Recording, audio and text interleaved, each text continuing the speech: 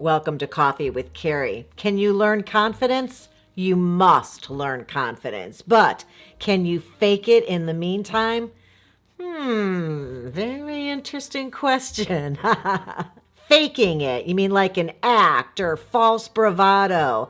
I think you can do better than that. Today I have some ideas on how, while you're learning and what you need to do to build real confidence, a reminder of that, because there is an episode. You'll get to that. I'll remind you at the end. But in the meantime, while that's happening, there are some things you should be paying attention to so that you can attract people to those confident things you bring to the table while you're working on it. If that is intriguing or interesting to you, this whole confidence thing, that's what's on the agenda. Like anything that's worthwhile, gaining real confidence takes effort. It's going to be a lot of work. It's going to be, what was I thinking? Effort, energy, and being bored. It's going to take you being bored because anything that you're doing often enough and you're aware of it becomes repetitive, but that's kind of part of the deal. Also, you must watch that episode on the 4 different kinds of confidence because it really does break it down to the kinds of confidence you want to have. This fall stuff is great for the interim while you're working on it, but if you're not working at it and you're just going to be walking around with this false bravado and not really owning it, knowing it's not really yours, it's not going to come across in the same way. That's readable, and we'll talk about some of that.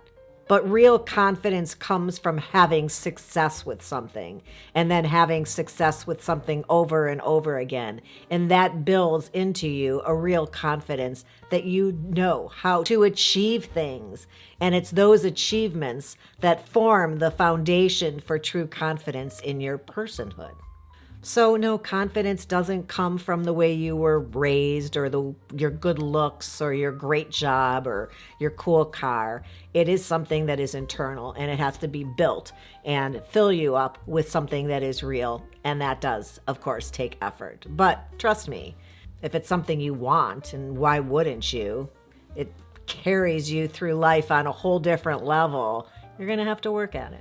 So if confidence is truly about what you can do, and it's based on skills, and it's based on achievement, and you know that that's the only way to get to feel authentic confidence, then you must know that desperation is the killer of that vibe. So number 1 here is that you must make sure that you are not oozing desperation to look confident or to get someone's approval. That's number 1 in faking confidence. It's not even doing anything. It's not doing something else, not looking desperate, not acting desperate. And your body language is a big, bright neon sign, unfortunately, that will showcase whether or not you are feeling confident or not. So you, first and foremost, have to learn how to control your body language so it doesn't give away any insecurities you may have while working towards your real sense of confidence and self-esteem. Body language is half of human language. Even babies can read body language. I suggest you do more than watch videos I have about body language, even though I have a chapter of it in my free guide on how to meet people. And I have a couple episodes. I'll link to one here that includes some tips on body language. That's great. But I suggest you look into something a little bit more deeply, whether there's a book you want to get about this or a channel that really specializes in reading body language so you can tell how to do the opposite. You know, it's interesting because body language and kind of voice go together for me. And even Tallulah, the dog, can read body language and voice.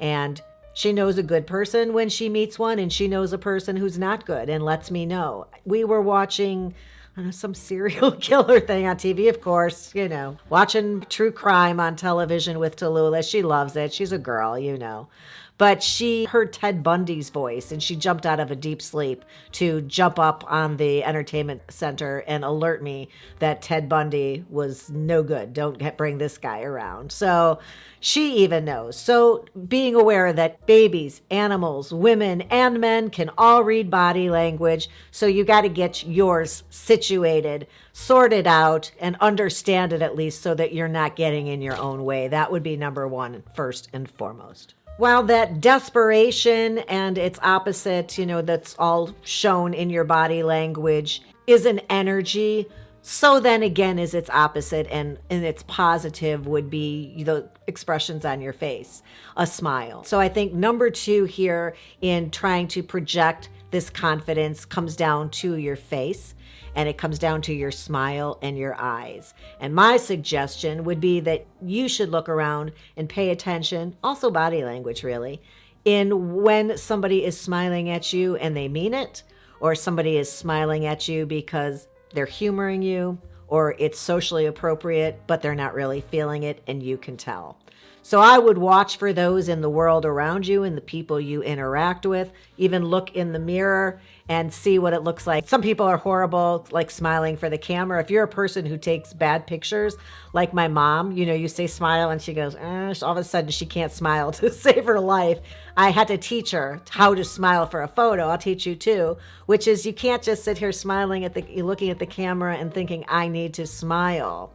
You have to look away from the camera and think to yourself, that is so funny, and that makes me so happy. And then you come back to the camera with a nice natural smile. So it's kind of what's going on up here, which is important because your real smile when you meet someone, you're not going to be thinking, God, I hope they're not looking at my smile. You're going to think, it is so pleasant to meet you. And if you sincerely can think that in your mind, it will read on your face with your smile and your eyes. You ever notice that if somebody's doing one of those fake smiles, nothing is happening with their eyes. Their eyes are pretty much stationary. Whereas when I smile at you genuinely because I love you, my eyes, my crow's feet all pop up. So when I'm really smiling because I'm happy, you get to see it all through my face, not just below my nose. Something to pay attention to, because when you're working on that authentic self that is showcasing your confidence, you're going to want to use your whole face to do that. Number two is your voice. People who are nervous, insecure, don't feel confident have a tendency to lose control of their voice. It's no longer under their control, which gives that sense of comfort, power, and feeling good about what they're saying and who they're speaking to. So if somebody's voice is suddenly just getting higher and higher the longer they talk, you can tell there's a tenseness in the throat. Happens with both men and women, that their voices rise when they're nervous or uncomfortable, not feeling confident. So maybe just do a little practicing. All of this, I told you, it takes work. But practicing what your voice does in certain circumstances, if you don't love the way your voice sounds, you can change the tone or the cadence, the speed of your voice. There are some apps that help you get rid of all those hmms and whats and what she said, he said, all those filler words that make you sound not confident. There are apps for that will count them up, let you practice, listen to your phone calls and give you a feedback, a report on how you did and how you're improving. All these things are things you can work on to make your voice more confident sounding, to set the impression of what you're feeling and how you want to project internally to the outside to this person. That whole stream there can be a very positive experience. And if it's not coming naturally to you, all these components can be worked on. Intonation is another one. I'm very sensitive. Maybe because I'm a musician and a singer, I'm very aware of tone and the tone I appreciate in vocalists. There's some types of singers I can't listen to because the tone literally just makes me want to, I don't have a fork, but still always makes me think of my uncle chewing with his mouth open when they were little boys, and my dad saying, if you don't close your mouth while you're chewing, I'm going to stab your hand with a fork. And I think he really went after him once the boys got in trouble. But it makes me want to poke my own, I close my ears off. So tone is important. If you have a voice that's like very nasal, or you have a voice that's guttural and down here, record yourself. Listen to what you sound like. If you like it, yay, less work. But if you don't, there are adjustments you can make on your own just by trying to play with it and listen to voices that you do like and emulating that, or speech therapists that can help you figure out whether what you're doing may or may not even be healthy. Some people do things that make them hoarse by the end of the day because they're using their vocal cords incorrectly. Vocal fry is one of those things. So I don't know if you are talking, where your voice does that vocal fry. A vocal coach help you keep your voice longer so your vocal cords are swollen and maybe even need surgery. So lots of things around the voice that help you convey confidence. You just have to start by paying attention to them. You knew we were going to get to like real body language, posture. I made sure I did not switch positions before I started talking about this. This is, I guess, when I'm sitting my natural posture, but I'm a cheater a bit because I am a slumper. I'm a sloucher.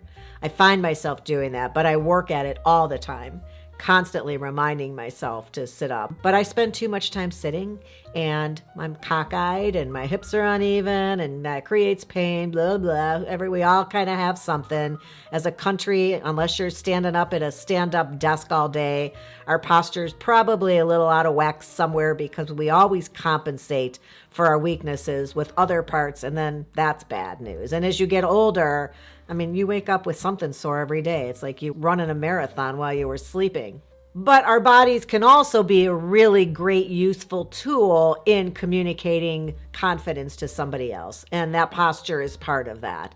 So while you don't want to look rigid, because rigid isn't confident, I think that remembering that you want your shoulders back but relaxed, and remembering when they say chest out, they don't mean, in an abrupt manner. They just mean you don't want it sunken in. I remember a date going out, and she said that he was just back in his chair, leaning away from her, and actually even tipping his chair back during the whole date. And she felt like, does he not want to hear what I have to say? It felt very aloof to her.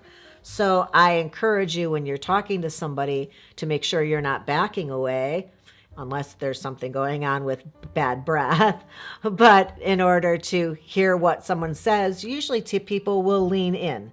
And they will if they're confident, because they're willing to put themselves out there literally and lean in to find out what you're wanting to share with them or say, because they're truly interested. Somebody who's truly interested is somebody who's confident. Somebody who only wants to hear what they say, some people think that's confident, not confident, obnoxious. We are all social animals, and watching a puppy wag their tail or put their ears down or put their tail between their legs, they give away what they're feeling, and so do we. But I want to remind you that this is all learnable stuff. Don't let it be overwhelming to you. So this is all stuff that you can look into, and mostly you can pay attention to it in other people, which I believe is the best learning tool. If all of these things are cycling through when you're, just sit down outside at lunch hour by yourself, instead of putting your nose in your phone and thumbing through social media, do your own social experiment and watch people interacting with each other and see if they look confident or comfortable. You know how often you can be in a restaurant and look at a couple and go, they're on a first date. And you can tell because their nerves are evident to you.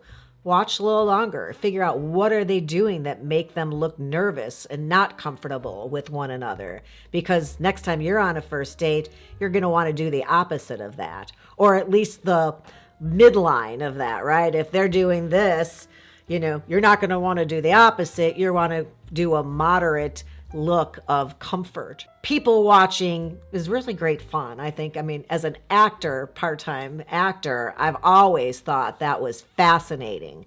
That's what famous actors say they miss most about being famous, is that they can no longer sit and be a spectator. They can no longer be an observer of human behavior because they end up being watched and they don't get that anonymity. But you probably have it, so use it to your advantage to learn what other people do that make them appear and come across in certain ways. Watching people just allows you to learn new skills that you had no idea were even possible. Interesting.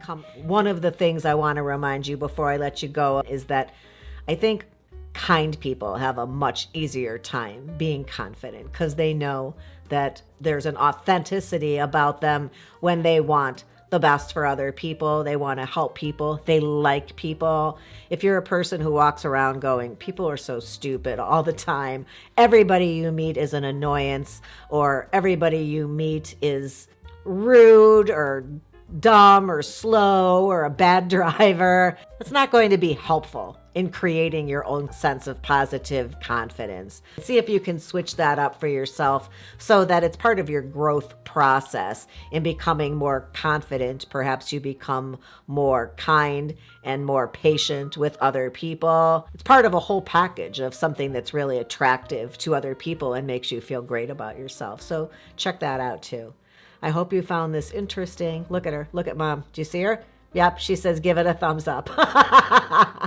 That would be fantastic. But even more fantastic, in my opinion, is that subscribe button, because wow, that really helps me out a lot. I'd be really, really grateful for that if you don't mind taking a minute to do it. And don't forget that free guide. You don't want to miss out on that. 100% free. You got nothing to lose. So go grab that from the link in the description below.